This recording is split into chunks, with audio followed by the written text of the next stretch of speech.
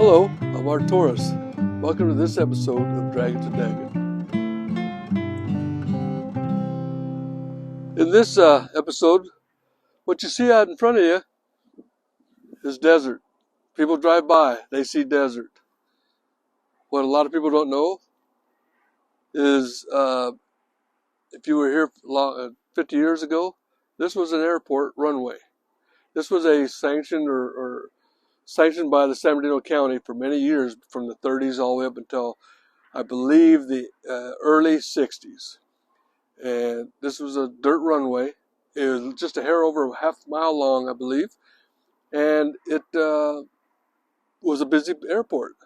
Once a year, the Lions Club would land Santa Claus here, and we'd get our bag of candy with the apple and the orange and a whole bunch of candy, and Santa Claus would jump off of a Cessna 150 or whatever the heck it was, and give us candy and stuff.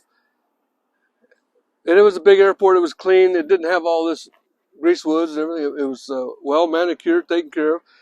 And it was run, and I believe the guy had a lease on the land or something like that, because this land is owned by the Coolwater Ranch. Marge Phelps was the owner at that time.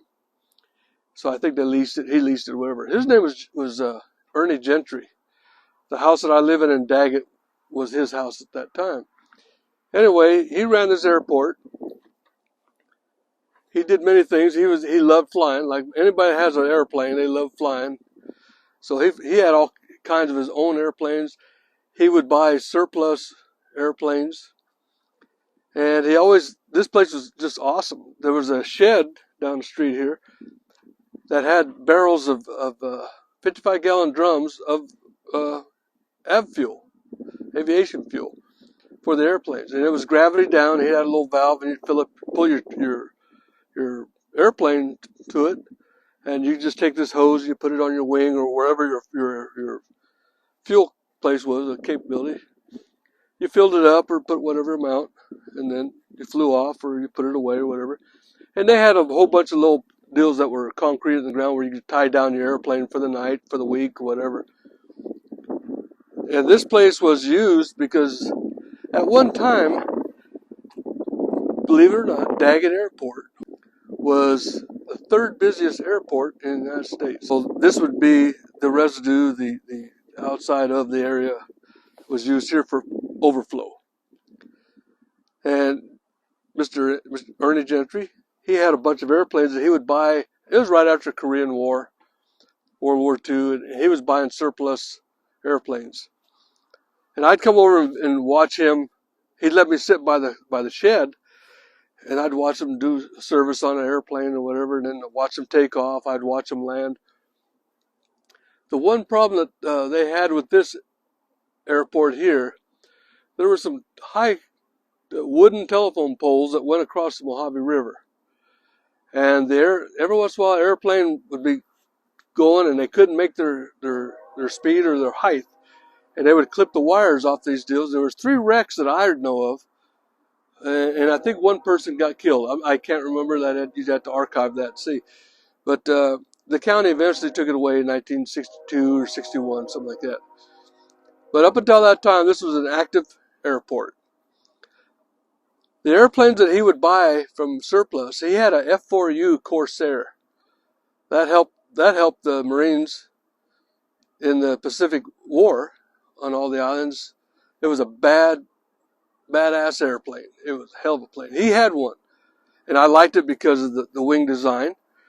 He had one there, and I'd say, "What is that, Mr. Gentry?" "That's an F-4U Corsair, blah blah blah." He told me about the radio engine and the had a supercharger and all the horsepower and stuff, and how it could outdo, or with a good pilot, could outdo a Japanese Zero, which was a superior airplane that was pretty bad when the war first started. We overcame it with the F-4U. He had one there called it was a Piper Cub. I don't know what series number it was, and he had an old Stearman, a bi-wing airplane there, and he had what the heck was a DC-4, DC-3, whatever it was. and a couple other planes.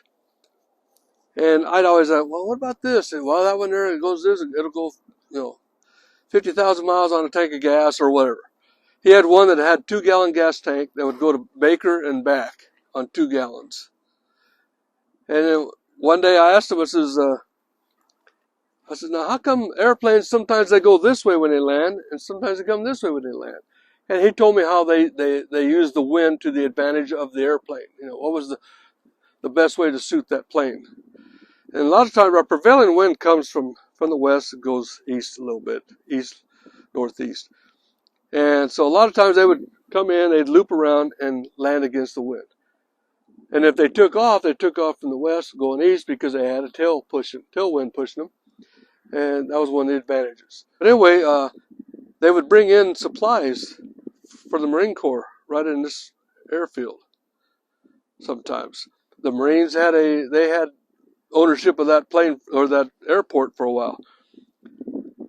But going back to this field, it was just so awesome to watch them take off and land all the time. And there was no barriers. I mean, you could walk from Daggett, walk across to the river, and you'd walk across the airfield. He'd honk his horn on his pickup truck or his station wagon, and get out of the way, get out of the way. A lot of stupidity, a lot of luck. We made it. We didn't get killed. But this was part of our growing up.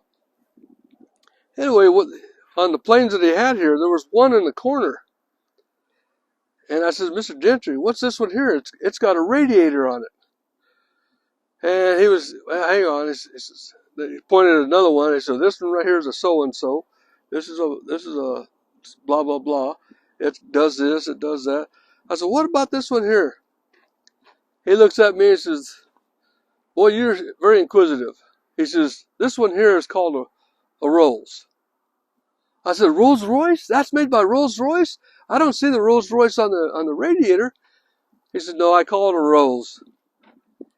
Because when I take off on that, it barely rolls down the runway, can hardly get off the ground. It's a Rolls Canardly.